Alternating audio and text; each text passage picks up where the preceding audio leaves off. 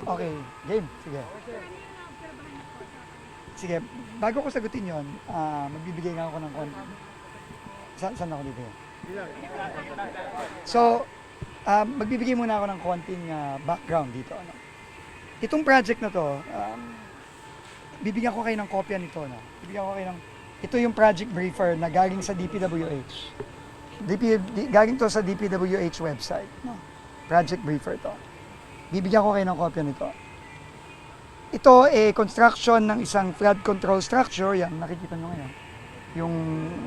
Yung protection wall, no? Dito sa river, worth 96.5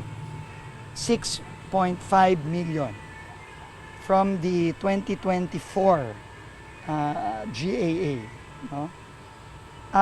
This contract was started on March 20, 2024. Tandaan nyo yung data. March 20, 2024. Nakalagay dito, ang kanyang duration is dapat 270 days. Okay? Pero, nung June 11, so April, May, June, so less than 3 months, nakalagay dito, actual accomplishment, 100% in 3 months. So, tandaan nyo yan, ha? 270 days dapat. Diba? 3 months, wala pang 3 buwan, nakalagay dito, 100% accomplished na siya. Date collected, meaning nabayaran si Wawaw Builders, siya ang contractor, si Wawaw, July 21, 2024. So, 1 month after. So, 2024. Okay. So, yun ang background. Okay, yun ang background. Okay. Tinanong ko si Cap Oscar Gabriel, ang kapitan natin dito. Kailan ba nagsimula ito? Itong ginagawa, yun nakikita nyo ngayon. Kasi obviously, bago pa ng gawa yan. Diba? Ang sagot sa akin ni Cap, ang sagot sa akin ng mga kababayan natin doon, yung mga nakatira dito sa tabi, 3 weeks ago. So, ito, ang tawag ko dito, patay na, pinipilit buhayin.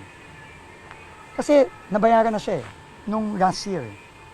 Sabi dito ng DPWH, 100% completed na to last year.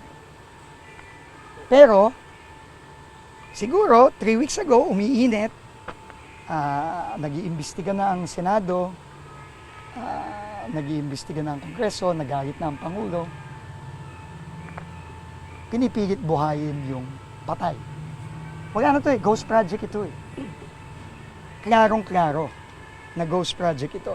Pero dahil lang sa mga pangyayari, hinahabol na yan. And kausap ko din yung subcontractor, si Jojo. Kabalen ko ito. Kinontrata lang siya 3 weeks ago. No, 3 weeks ago. Bayad na to, ha? Tandaan nyo, bayad. July 2024, bayad na to. Naka-record sa DPWH, completed. Ito na ang pinakamagaling at pinakamabilis na contractor na nakita ko. Na 270 days, ang schedule, natapos niya in less than 3 months. Ito na ang pinakamagaling na contractor talaga. No? Pero, ito talaga ang example nung sinasabi ng ating Pangulo. No? Ito yung sinasabi ng ating Pangulo. Na talagang ito, kahayupan na ito. Hindi tao itong mga taon to. Nakita niyo naman yung hirap ng mga kababayan natin dito. Gano'ng kadalas kang binabaha dito, Kat? Actually, never naman binaha. Last na pagbaha po is 1997. Oh, pero ngayon?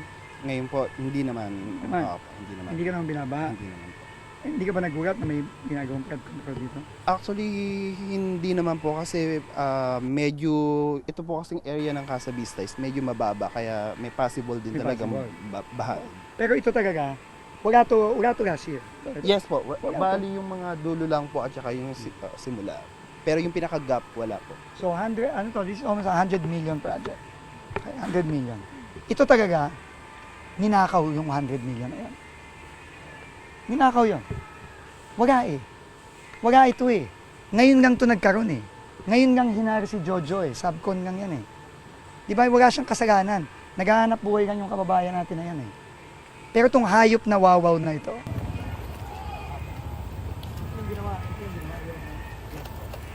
ito, bisita. Ito, bago dito. Simula ka dito.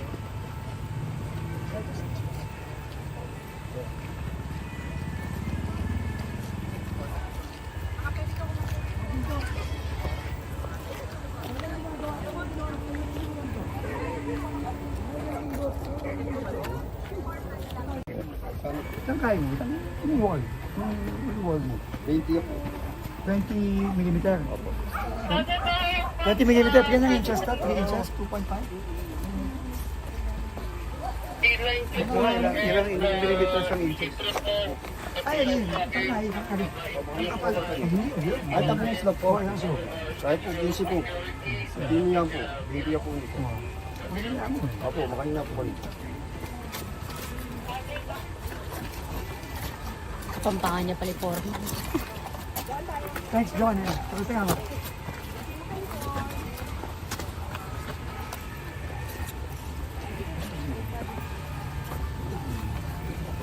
Hindi na ba ito sa ano? Dito po, sa hindi, sa ilan. Hindi na ba ito sa ano? Hindi pa. Ay, shucks! Oo. Tanong-tanong. Kuya, ano ka na?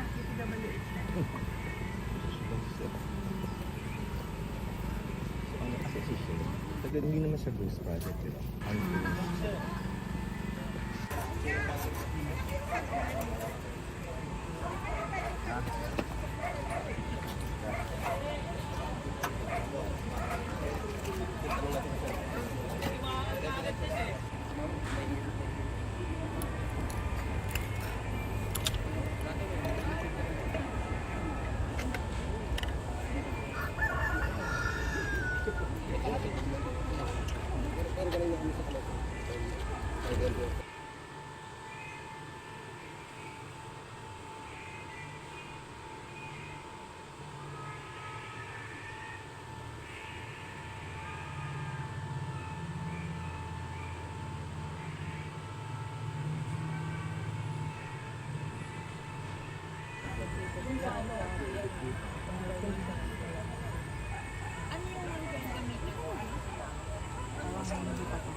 Doon sa ano, sa Pansing na village yun. Ay, ba yun?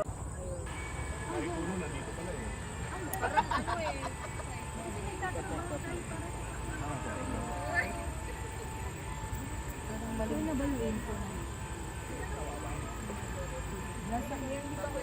Isa 2020. Anong year yun? Anong month yung 2020? Sikat nagsabi. Hindi, yung susunod pa.